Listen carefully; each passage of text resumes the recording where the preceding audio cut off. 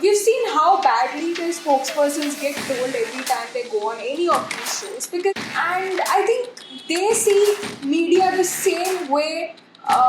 They would treat media which they accuse to be voting media, has also been very critical of the central government on multiple issues. Congress censored media so much that even singers such as Malini Awasthi were not allowed to sing a bhajan on All India radio. Literally like the thief calling the policeman a chore. So honest, there's no complaint against me, there's no FIR against me, but let me give a little bit of context. In Udupi, there were a couple of girls, but it so happened that the group of girls who were filming happened to be Muslim and the victims happened to be Hindu in that case. Okay, all I was concerned was that it's just a crime that is happening in the college. And then the same night, the police lands at my house, at my doorstep, within 24 hours of putting the tweet out for the state government, and they're going after common citizens. I'm not a political figure, I'm not affiliated to any party or organization. And what was funny was that even the Home Minister got involved with the case, and he said that it's a prank, it is not a crime. These are, small kids, let them be, girls playing prank on one another. So now the only, person of color, woman, Bharatiya person is suddenly being targeted with all these made up rules. See, there was so much racial bias that came against me. But I never cried saying, racial discrimination, this, that. I fought it. And I think that's the true Bharatiya spirit, right? Even if we are treated as unequal, we work harder instead of asking for special treatment.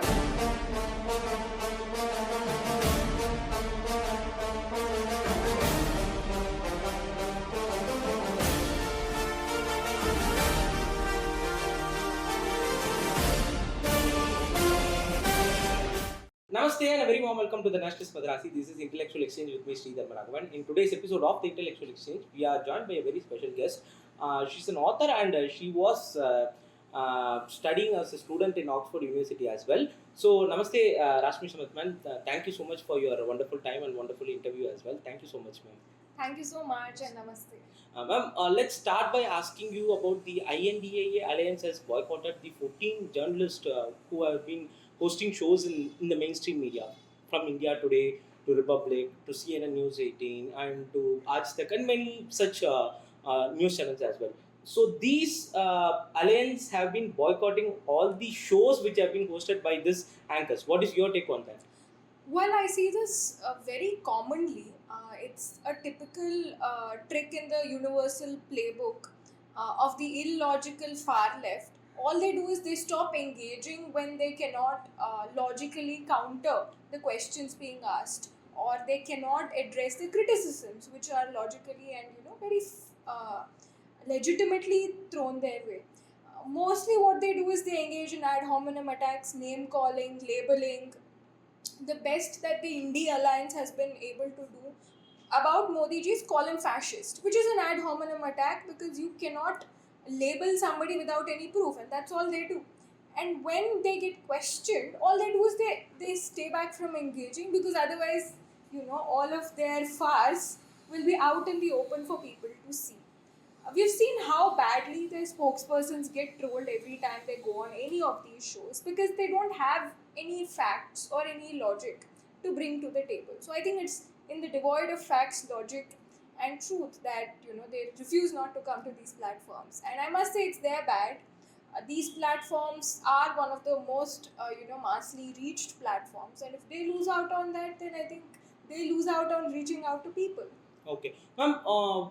They usually call all these mainstream media as Kodi media also. So what is your take on that? Because they have been in all of the states actually. If I come from Tamil Nadu, where mostly the state media has been controlled by a certain political party. Is that the same scenario which is happening in the central government also? Why do they boycott all these things? Because all these platforms are the larger platforms where they can reach out to the mass peoples as well.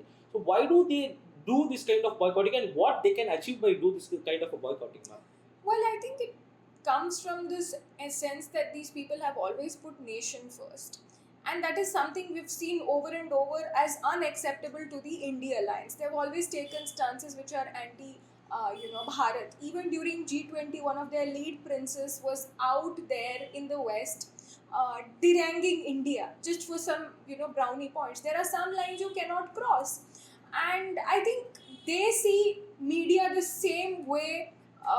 They would treat media. Maybe the media was state controlled when they were in power, and they want to superimpose the same thing on the other side as well. But I think we all know that it's not true.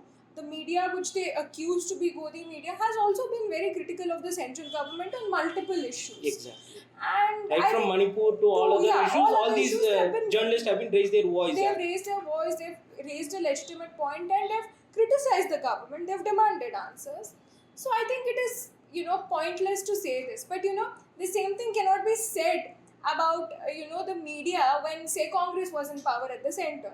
The Congress censored media so much that even singers such as Malini Awasthi were not allowed to sing a bhajan on, All India radio at that point, because there was a Ram reference in her bhajan. So that was the level to which they persecuted people for, even subtly saying things which were against their, agenda. So all they're doing is holding a mirror to themselves when they accuse others. Because when they point fingers at someone, no, the four fingers are pointing at them. It is literally a legacy of what they have done, how they've kept media persons as lapdogs, how their media people refuse to be critical. I think there was a news reporting recently saying that a journalist quit NDTV because she was asked to ask tough questions to Rahul Gandhi. They just refuse to do it. They don't want to be critical of their masters. And I think that slave mentality is with this, but then they're just branding, they're accusing the other side of it. It's literally like the thief calling the policeman a chore. So it is literally the whole psychology, I feel, of the India Alliance. Okay, ma'am. What is the way forward for all these things, ma'am? Because there has been, I think, after the elections over, whenever the election is over, only then all these people will be coming to the mainstream media, which is hosted by all these journalists as well. So, what is the way forward for all these things? Well, I think the only way forward is to grow stronger, is to grow united, so that they do feel the necessity to be a part of this ecosystem. So we don't have to stop what we're doing, we just need to get better at it. When they acknowledge the fact that there's no way they can reach to the masses without these, media. And I think that's about it, right? We can only do what we do best and stay true to ourselves. And if we do that, I'm sure the paths will find their way. Okay. So tell us something about what happened a few months before in Udupi, ma'am, because you were one such a person who have been raising all those complaints, and you have been putting complaints as well. And a complaint has been raised on you, I think, if I'm not wrong. Yeah, it's quite funny. Give us a brief background of what has happened at that time. So, to be very honest, there's no complaint against me, there's no FIR against Okay. me, but let me give a little bit of context. In Udupi, there were a couple of girls in a nursing college, so something related to paramedics. They were all adults, 18 plus, and one group of girls were filming another group of girls in the washroom without their, permission, like, secretly putting Got a it, camera. got it. And it's a crime. I think Got it. everybody in civil society know it's a crime. But it so happened that the group of girls who were filming happened to be Muslim and the victims happened to be Hindu in that case. Okay. All I was concerned was that it's just a crime that is happening in the college. And when the crime happened, there was a small, note in one of the local newspapers saying, okay, this happened in so and so college. And the girls responsible for the crime were just let go with a apology letter. And that many of the students have now been protesting the fact that such a big crime is being taken lightly by the college administration, and police is not getting involved, etc. And then what I did was I took that news clipping and I was like, I come from Udupi and I'm ashamed that crimes like these are being treated so lightly in my own, hometown. And it's very appalling to, have something like that. And I'm the same age as those girls, so I very much empathize with what they're going. The tweet went very viral. All of the media houses started covering the issue. India Today, all of them started covering the issue. And then the same night, the police lands at my house, at my doorstep, within 24 hours of putting the tweet out. And I think all citizens have the right to amplify verified news, or news which is out there through a verified source. And it came in the newspaper, which is the first largest red newspaper. Vijayavani is the largest circulated paper in Karnataka. So it's a verified source of news for any common citizen. So they come after me late at night, they come to my house. My parents are alone at home, and they have all these questions. Where is she? Who is she? They have no FIR, they have no complaint, they have no probable cause. They're just there to rattle the cage. Like, henchmen, like gundas. So the police had de facto become the henchmen of the state government. Can you imagine Got it. that the state police is acting as intimidatory force for the state government, and they're going after common citizens? I'm not a political figure. I'm not, affiliated to any party or organization. So this is coming after common citizens for amplifying something that's already, written in the newspapers. And I felt that was a moment of beckoning and a true indictment of the law and order system, especially when there's a government which is so keen on appeasement politics and wants to play vote bank even when there are crimes being committed in the, what do you say, society. You can understand some kind of partial policies being promised maybe during election, but when there's a crime, you need to forget what is the religion of the perpetrators and the victims, right? It becomes a crime, and then it needs to be prosecuted for what it is. You simply cannot be saying, oh, this is this religion, this is that religion, so this is not a crime anymore. And what was funny was that even the home minister got involved with the case, and he said that it's a prank, it is not a crime. Okay. These are, small kids, let them be. Girls playing prank on one another. So that is the level to which he wanted to belittle a crime. Just like I think Samajwadi Party, the former leader, he said something about rapes, right? That men are men. So this is what the mentality is to grave crimes against women. All they want to say is it's a prank. Okay. And he wanted to, wash his hands out of it. They wanted to paint me as, whatever, like the wrong party here. Nobody had, it had been 1 week since the case had happened, and there was no FIR. Police did not confiscate the phone on which the videos were made, and it was a total situation of apathy where the law enforcement is refusing to enforce the law of the land. And I think that was very distressing. But we didn't give up. We kept, talking about it irrespective of being threatened, irrespective of being bullied, with no probable cause. And I think it truly was a great thing that, after 8 days, we managed to get an FIR filed. It took 8 days of consistent battle to get an FIR filed. After that, the case was also handed to the CID, though I would want a central agency to probe it, because the state government has already made apparent its institutional bias. But I think that was as far as a common citizen could go, and take this case forward. So that was where we left it. And I think it was truly a very pathetic condition that they would come after somebody with no cause, and still there is no complaint against me. People think that, okay, there must have been a complaint against me because I raised the issue, or that's why they came and visited me. But no, they just visited me because they wanted to scare me. Can you imagine a police doing that? What was the state government backing those girls, or backing the religion behind those girls? What was the story all about? Given what is the stand of the state government? Well, the state government is clearly whitewashing the issue. You can hear the home minister saying that it's a prank. So they're clearly trying to cover up for the girls who committed the crime. So one can join all the dots. One can see the historical inclination of the Congress government in Karnataka. One can also see that, no FIR is being filed. One can also see that the police is being used to suppress the issue. So you can, I think, join all the dots and make a pretty, ugly picture that what is all of this about? That it is about safeguarding the vote bank by the end of the day. And they've been known to be doing this over a long period of time. So it's not the first time that they're doing this. Okay, we got it. Let's have a brief discussion about your book as well, Hindu in Oxford. So what does this title mean, first of all? We'll discuss many things about this book, and the recent comment on the Sanatana Dharma by our Tamil Nadu minister also. We'll also discuss that. So what does this title mean, Hindu in Oxford? So what does this title mean actually?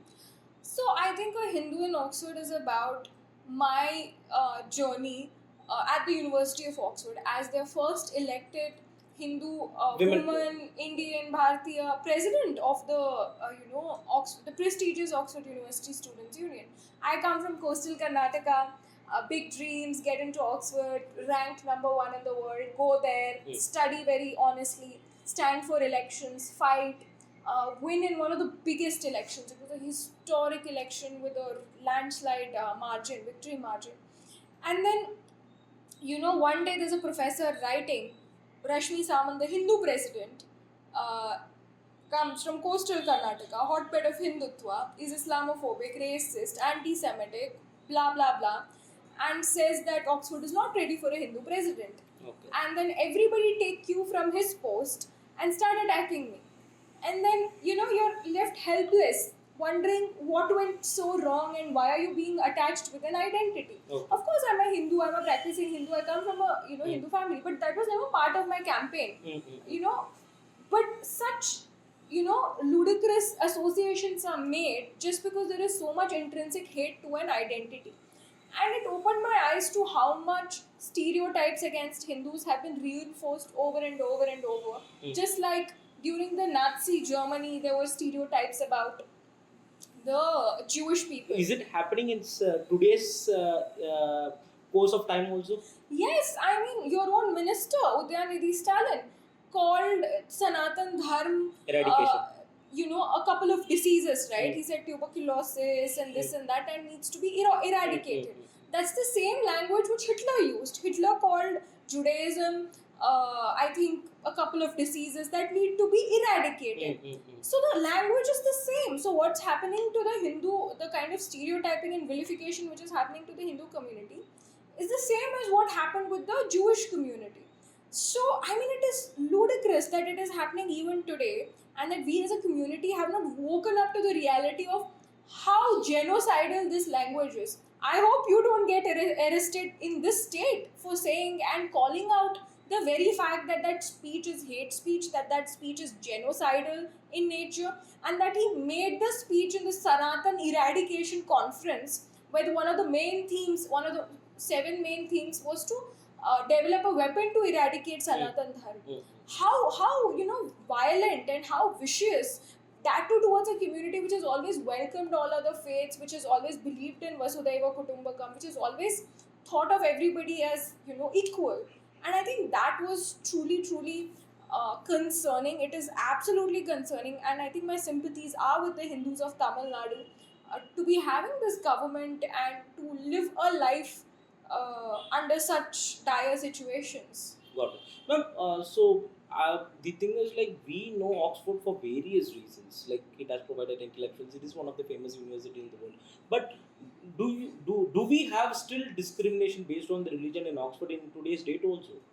Well, they put it in writing. It's not something I'm saying. They put it in writing. No, that because Oxford is not we doesn't know this discrimination has happened, because without you we couldn't haven't known that this kind of a story happened in Oxford as such. So give us a brief detail about what has happened, because I read some of the articles also, because during our election campaign also you have faced these kinds of issues, and the person who is standing opposite to you had raised more fake news against you, that you are Islamophobic and so and so. So what kind of challenges you faced during your elections? First thing is, what kind of challenges you faced during your elections, and the second thing is, like, wasn't Oxford portrayed as Oxford was portrayed as a very good for providing intellectuals and so. Is still discrimination happening based on the religion? That too, Indian women coming from India is discriminated based on a religion?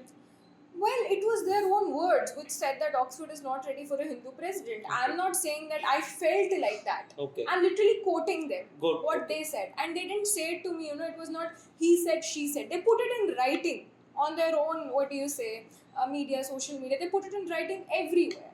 So it's not my opinion, or it is not my feeling that there is discrimination against people on religion. They're saying that we are not ready for you because you are Hindu. Okay. So I think there is nothing more concrete than that.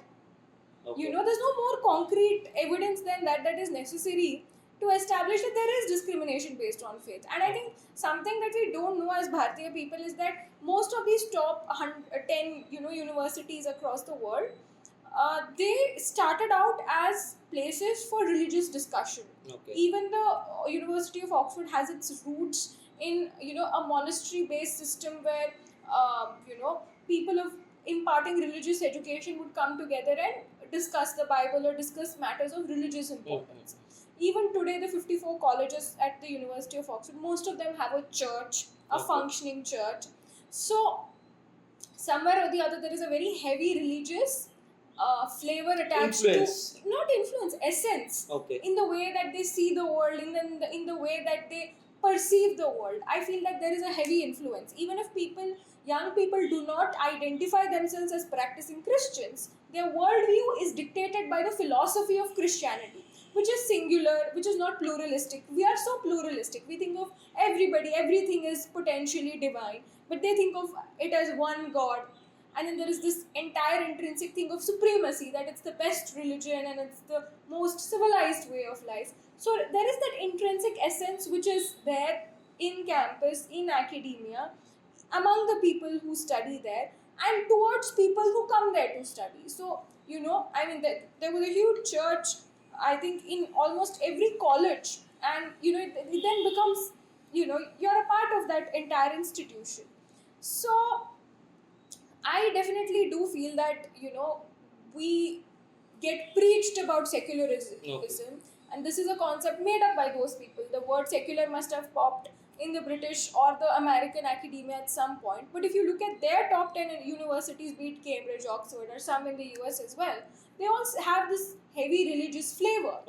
And it's only, to preach others and to say, okay, you can't do this. But, they get away with doing it. And I think that's how the West also functions when it comes to its worldview. And these are we portrayed that a very good side of all these universities in India? So because we students have a very good flavor of all these things, are we portrayed a very, very good side, and the thing which is happening there is entirely different? Yeah, I think so. Because I think we know very little about the world. I think we only know about the world what we are told. And the West especially, tries to underplay its own situation and overplay their, strengths all the time. When one rape case happened in Delhi, Delhi was called the rape capital of the world. Whilst living in London, I've seen so many women disappear, their bodies found in the bottom of the Thames, brutally raped. And it would be called hate crime against women, and it would never make it to international press. So I think there is heavy conditioning through the colonial mindset that everything that's in the West is superior to us, and we still believe that, we still buy that, and we don't know the other side of things because it is conveniently not carried in mainstream media. It is conveniently not discussed in mainstream media, and the media bias comes in, it kicks in to show the global South as inferior and the global North and the West as superior. And it is something I think we need to also, as a people, realize. We need to also realize how these universities are even ranked. It is ranked, University of Oxford is ranked number 1 because they made up the criteria for ranking. It is almost as if you have a bow and an arrow, and you shoot first, and then you put a mark at where it lands, and then say, okay, point 1, and then everywhere else, anything else lands, then that becomes relative to this. So they declare themselves to be number 1 and make us all relative to them. That's also part of the reason why there are no Indian institutes among the top 200 institutions, because they have set the criteria so as to what is best, and then they have ranked and they have measured themselves that way, and they have, they're like, okay, I'm number 1, everybody else is relative to me. So that's how the ranking works. I've written about this in the book. I wrote this book because these truths are kept from, Indian people, Bharatiya people. It was kept from me as well. I was that naive kid who thought, okay, Oxford is number 1, it's the best university in the world, it's the greatest thing that's ever going to happen to me. And then later I realized that this is not so. Most people, even when they realize, they don't talk about it because they don't want to be looked down upon by their peers. Because I think if anybody, complains about the West back in India, or in Bharat, the mentality here still is that, okay, something bad must have happened to this person, or this person must have only messed up, he must have gotten removed. That's why he's calling the grapes sour. So, that colonial mentality is just endless.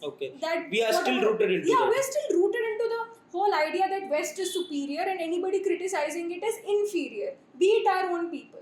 So I think that is also something I challenge, that fundamental worldview in this book. that it is something that we need to come out of, and it's something I came out of because I had a very lived experience with it. Okay, so what are the challenges you faced during your election, ma'am? Because I read about one article that one person stood against you, has said many fake news against you, that you are Islamophobic and so and so. Is that so? And what are the other challenges you faced during your elections? Well, during the election, it was quite bad. I was accused of negative campaigning while I had done no such thing. And I've written in detail, I've put in all the emails that they sent me, the way that the election officer was harassing me and saying that what you're doing is wrong and, we'll take back your candidature. So they tried to discount me as a candidate couple of times by saying this, that, and they would only apply the rules on me and not on the other four candidates who are against me. They were all somehow all white, all European, all male, and somehow the only person of color, woman, Bharatiya person is suddenly being targeted with all these made up rules. Same rules didn't apply to others. So I think that was very concerning. Also during the debate, they would skip my turn altogether because in Oxford you debate your way to presidency, you speak your way to presidency. So they would just skip my turn and then act like, oh, whatever, like we didn't see you. You didn't see me, excuse me, how can you not see a full human being? Like, how can you just keep skipping that person? They would deliberately call my name, different things. Rashmi is a very simple way and no European gets it wrong. They call me Rashmi or Rashmi, but then that's about it. There is no other way to mispronounce it because it's a relatively easy name. And no European has mispronounced it before. But during that debate, my name was deliberately mispronounced 10 times. So that people wouldn't even catch my name. And I'm like that, what do you say, irrelevant person that you can just get away with. So there was so much racial bias that came against me. But I never cried saying, oh, racial discrimination, this, that. I fought it. I fought it on my own merit. I fought that election based on what I wanted to say. I fought all the injustice based on merit, not by gaining sympathy, saying, okay, it is injustice and this and that. And I think that's the true Bharatiya spirit, right? Even if we are treated as unequal, we work harder instead of asking for special treatment. We work on our merit. And that's what I did. It was unfair, but I worked harder.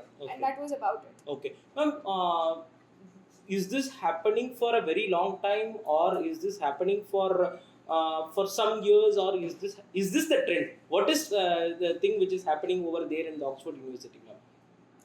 Well, the University of Oxford has a literal history of decolonization, colonization. For a very long time, the departments there have been pushing this narrative that colonization was a positive experience for the indigenous people. They think that they think Indians were done a favor by being colonized, that we all somehow lived in the jungles and they came and they civilized us, they gave us clothes, they gave us the railways. They think they've done something good to us and not, loot us and literally destroy the entire economy, leave us with a begging bowl, literally.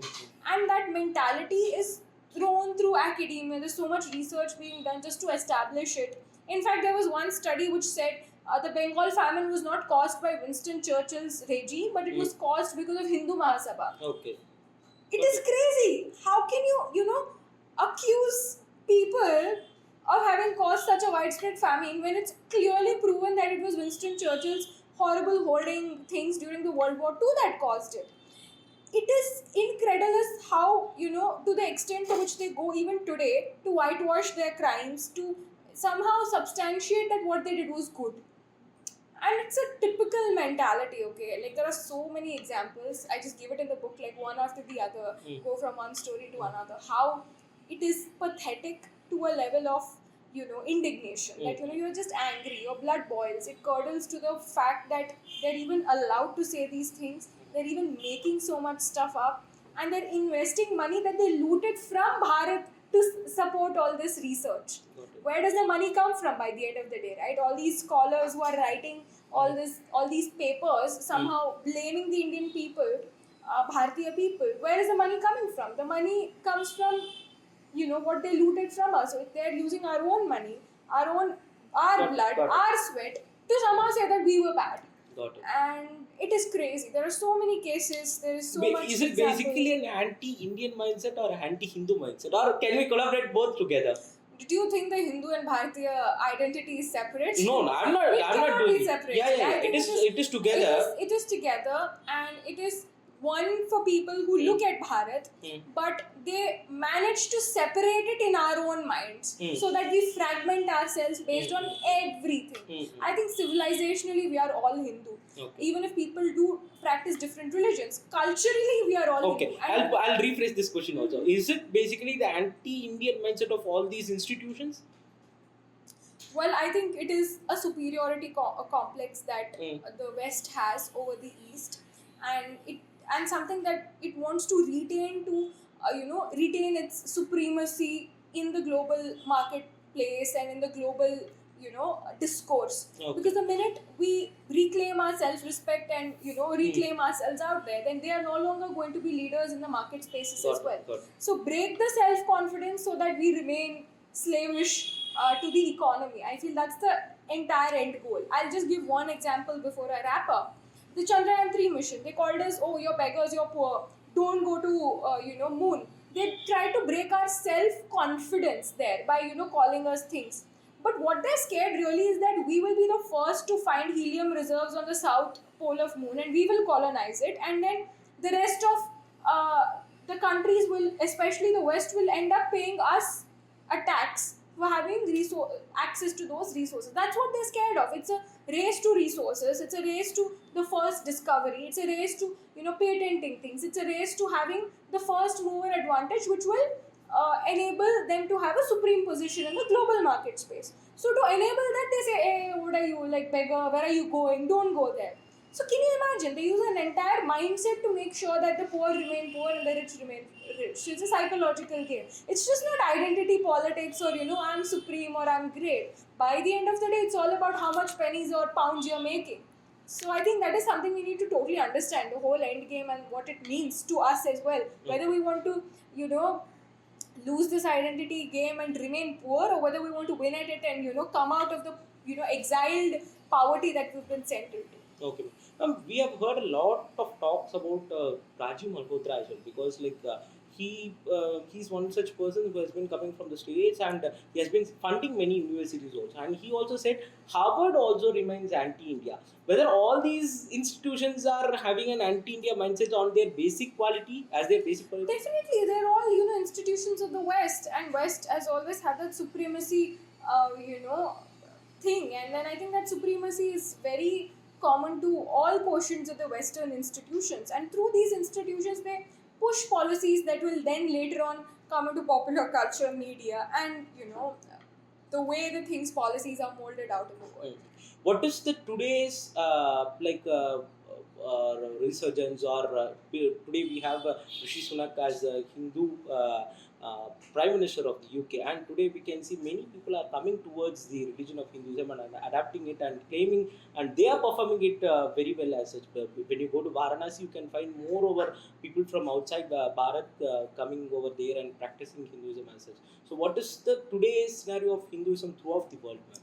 Well, I think Hindu Dharma has been one Dharma which it's the oldest thriving indigenous faith. It's the oldest thriving polytheistic faith as well. So, centuries of invasion, nothing. It was here before everything was here, and it will be here after everything is gone. So, I think there is a very cyclical and non-destructive path of Sanatan Dharma, of Hindu Dharma. So nobody can destroy it. If they think they can destroy it, then they're kidding themselves. Okay. So I think that is the reality, and the resurgence keeps happening and it will keep happening. When it comes to Rishi Sunak, I feel that they chose him because they were drowning. When they had the choice between Liz Truss and Rishi Sunak, they picked someone who was not eligible for the job, Liz Truss, and she managed to bomb the economy in just 2-3 weeks. And that's why they were left with him, whilst he was the perfect candidate to be their prime minister. Even, during that whole race between Liz Truss and Rishi Sunak, I remember them making attacks about his Hindu identity, saying he did his Gaur Puja with his wife during Dev Deepavali, and they made fun of him. In G20 events also, he came to this Akshardham. But, do you remember, he went to Cambridge very recently and said he's a proud Hindu during the Ram Katha. And chanted Jai Shri Ram as well. Next day, there was an article in the Critic saying that Rishi and people like Rashmi, they had quoted me as well in that article, are furthering Modi's nationalist agenda here.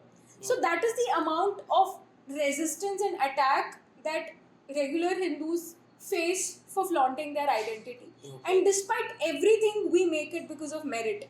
And I think that is the beauty of Sanatan Dharma. We don't claim that, okay, we are being, treated badly, or boo, like, give us special treatment. We don't say that. We work harder. I've never seen Rishi Sunak complain about being discriminated. Rather, he, works harder. And I think that is something so beautiful about all of us. We fight back, we work hard, and then we thrive out there. Sure. So, before wrapping up the last 5 minutes, so what is your take on Udayanidhi's talents comment? Because the entire nation has been criticizing him for that comment, and right from Yogi Adityanath, right from Amit Shah, everyone has been criticizing and staunching Udayanidhi as well. So, what is your take on that comment? He said, I'll tell that what he said actually. Sanatana Dharma has to be eradicated as we eradicated Corona, HIV, and so and so. So this is the religion and the practice of Sanatana Dharma has to be eradicated. What is your take on that? Well, my take is that, great invaders couldn't eradicate Sanatan Dharma.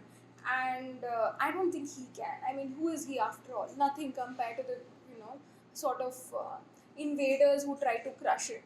But secondly, I think it is also problematic, and that it needs to be addressed through proper legal discourse, and that the Hindu community needs to come together and take appropriate action within what is acceptable in civil society to address the fact that it does not happen again. And I would also seek the people of Tamil Nadu to awaken to these kinds of hate speech and ensure that there's more love in this community and not divisive hate politics in the name of vote bank. Okay. Thank you so much for your wonderful time, ma'am. I hope in another occasion we will have more discussion in a very wide time. Thank you so much, ma'am. Thank you so much.